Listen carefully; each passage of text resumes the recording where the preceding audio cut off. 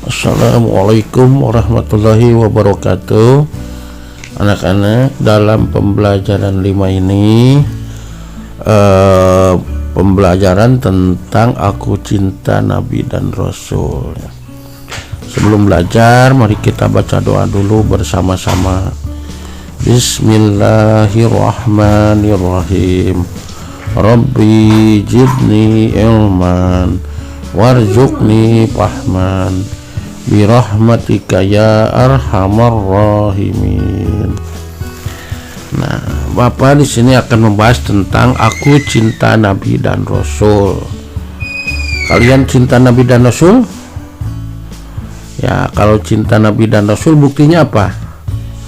Buktinya kalian yaitu mengikuti apa yang dikatakan dan diteladankan oleh Nabi dan Rasul. Betul ya, bagus sekali. Nah, tentu kalian tahu Nabi dan Rasul yang wajib kita ketahui berjumlah ada berapa? Ada 25. Iya, ada 25 Nabi dan Rasul yang harus kita ketahui ya.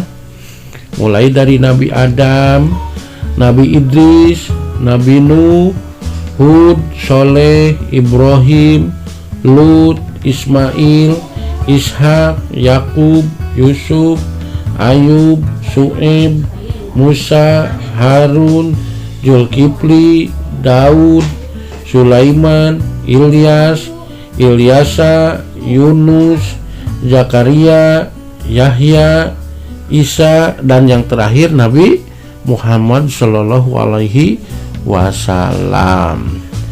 Nah, namun yang akan Bapak ceritakan di sini adalah kisah tentang teladan Nabi Ayub dulu ya.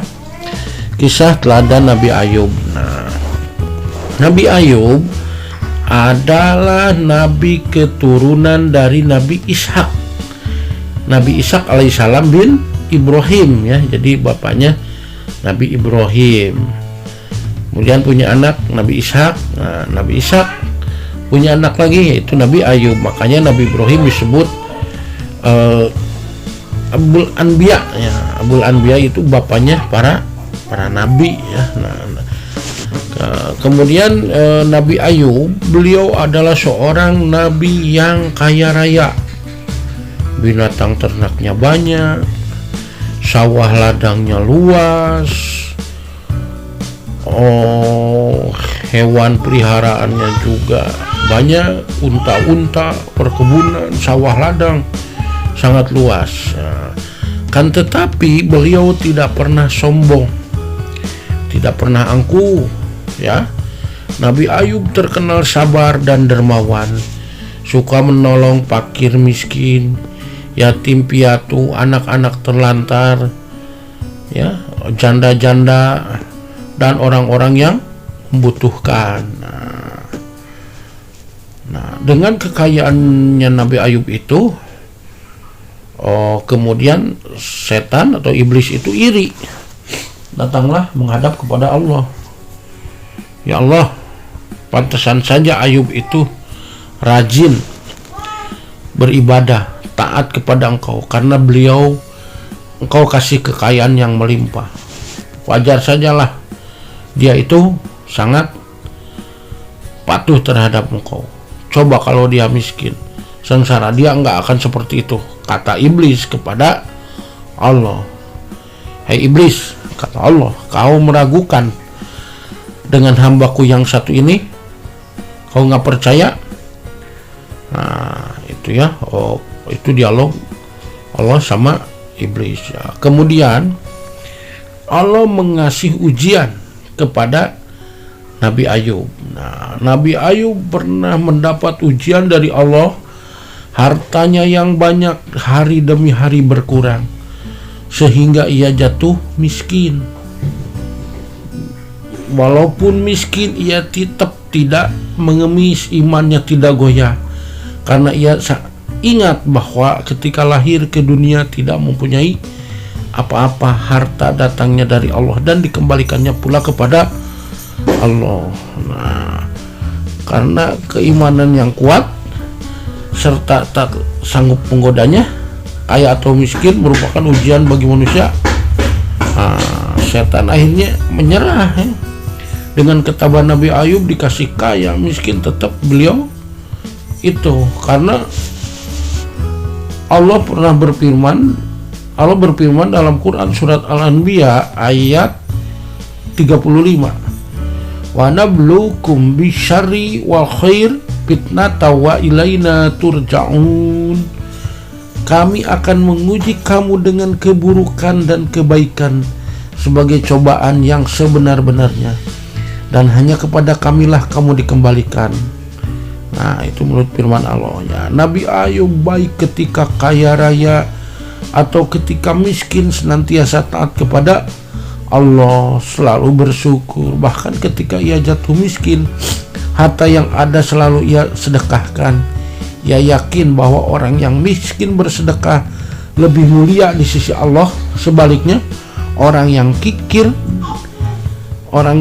yang paling hina di sisi Allah. Orang yang kaya tapi kikir itu lebih hina ya. Nah, kemudian Nabi Ayub diuji lagi dengan penyakit kulit, bisul, panas, gatal-gatal, sehingga orang menjauhinya. Bahkan mereka membuang Nabi Ayub ke padang pasir yang jauh dari keramaian penduduk karena takut tertular penyakit.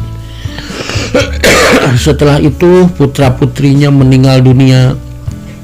Sekalipun musibah silih berganti, tetap tidak membuat dirinya lupa beribadah dan memuji Allah ya. Nah, ketika Nabi Ayub miskin, ditinggalkan itu ya, dibuang oleh orang-orang penduduk di sana, Nabi Ayub tetap saja dia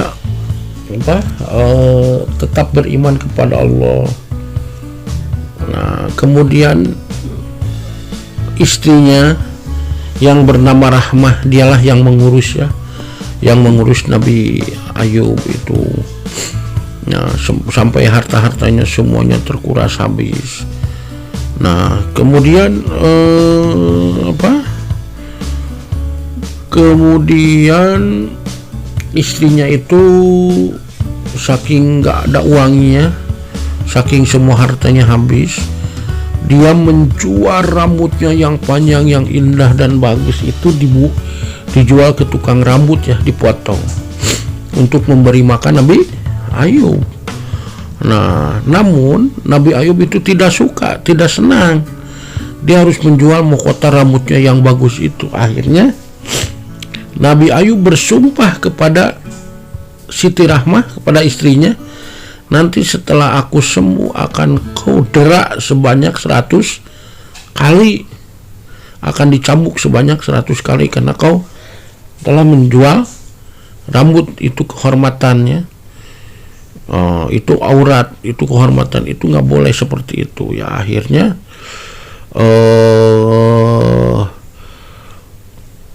Nabi Ayub berdoa kepada Allah agar penyakitnya itu segera lekas sembuh, dan doa Nabi Ayub dikabulkan. Allah berfirman dalam surat Al-Anbiya ayat 28, maka kami kabulkan doanya, lalu kami lenyapkan penyakit yang ada padanya, dan kami kembalikan keluarganya kepadanya. Nah,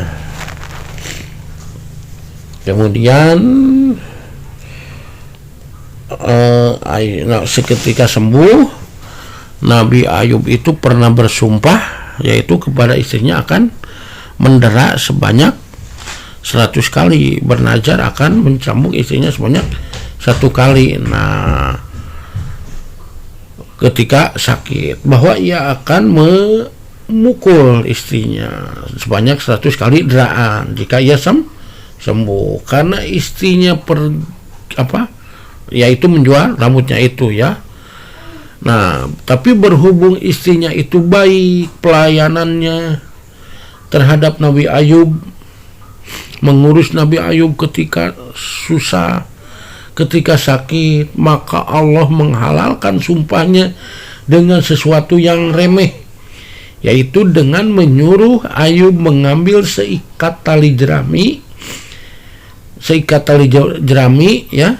Kemudian yang berjumlah 100, berjumlah 100 jerami, kemudian memukulkannya kepada istrinya 1 kali.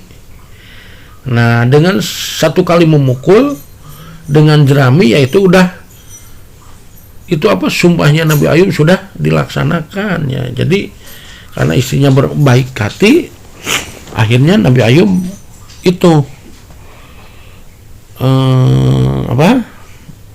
dikasih keringanan dalam sumpahnya, yaitu dengan mengikat 100 jerami dipukulkan sekali, maka terlaksanalah sumpahnya Nabi Ayub. Nah, itu merupakan jalan keluar bagi siapa yang bertakwa kepada Allah dan taat kepadanya, terutama dalam hak istrinya yang soleh dan sabar dalam mengurus Nabi Ayub, ya.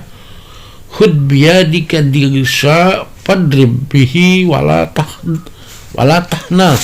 Nah, ambillah seikat jerami dan pukullah dengannya, maka tidaklah engkau berdosa dalam melaksanakan sumpahmu. Itulah Allah berfirman untuk meringankan sumpah Nabi Ayub.